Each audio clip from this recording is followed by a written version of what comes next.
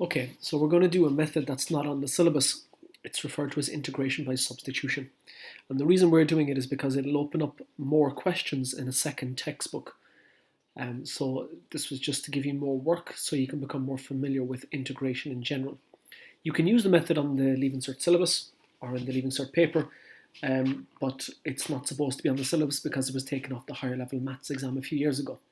Of course, if any of you go on to engineering, this will be extremely useful for you. Okay, we start with the standard integrals. So when you'd use this method, integration by substitution, is when you have, instead of an x, you have a 2x or a 3x or a 4x or an nx where n is a constant. So for example, instead of 1 over x, if you had 1 over 2x, 1 over 6x, 1 over 8x, you would use this integration by substitution. If we jump down to sine, cos and tan, if you had the sine of 20x, you'd be able to use this variety of integration techniques. The other time you'd use it is if you had something like x plus or minus 1, or x plus or minus 2, or x plus 20, or something like that. So if you had e, instead of e to the power of x, you had e to the power of x plus 4, then you'd use this integration by substitution method. Now, of course, if you put the two of those together, then what you could use this for is if you had something like cos of 3x minus 1 in brackets.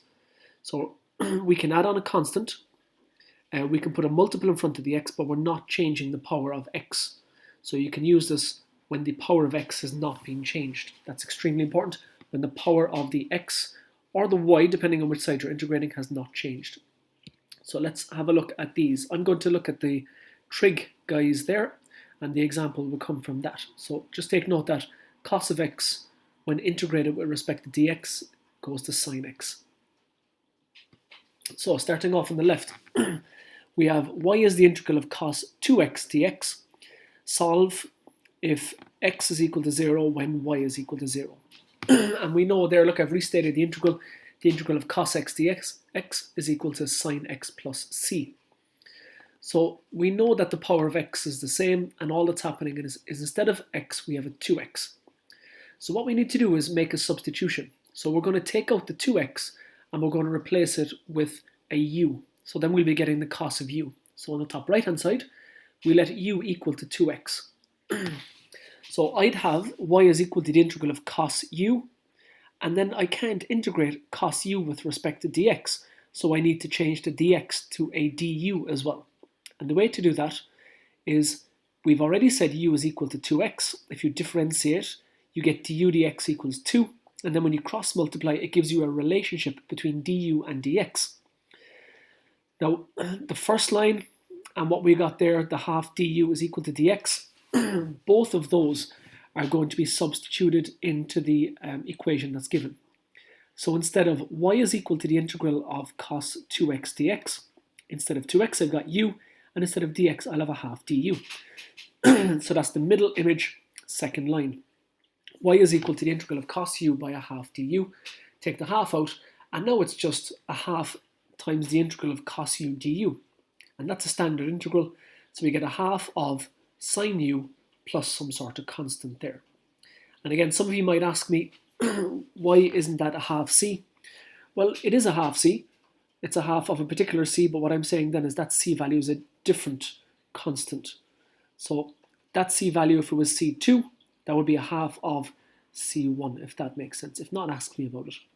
And the last thing we need to do then is make our substitution back in for u, fill in our initial conditions, so the c works out as naught, and then write the answer. So the second last box will be our general solution, and after that we need initial conditions like we've done previously, get a c value, and then we get our specific solution down at the end. Okay, example 2. So example 2 is going to use that. The 1 over x, when you integrate it with respect to dx, is equal to the natural log of x. And we'd seen previously that we had the integral of 1 over 1 minus x. So we'll make a substitution because the power of x is left alone. It's just, the x is just multiplied by minus 1, and we're adding a 1 onto that. So first line, what about that integral? Well, what we're looking for is 1 over something by the du as an integral. So let u equal to the thing underneath the line. So I now have 1 over u, and we need to integrate it with respect to du, so I need a relationship between dx and du. So differentiate both sides. If u is equal to 1 minus x, du dx is equal to minus 1, and then cross multiply, dx is minus du. And then we can sub in for the 1 minus x, and we can sub in for the dx.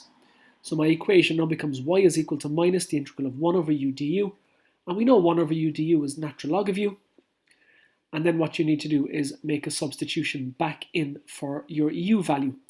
So we have y is equal to minus the natural log of 1 minus x plus c. I've not given you any initial conditions there, so we're just leaving it as the general solution. Okay, a few questions for you then.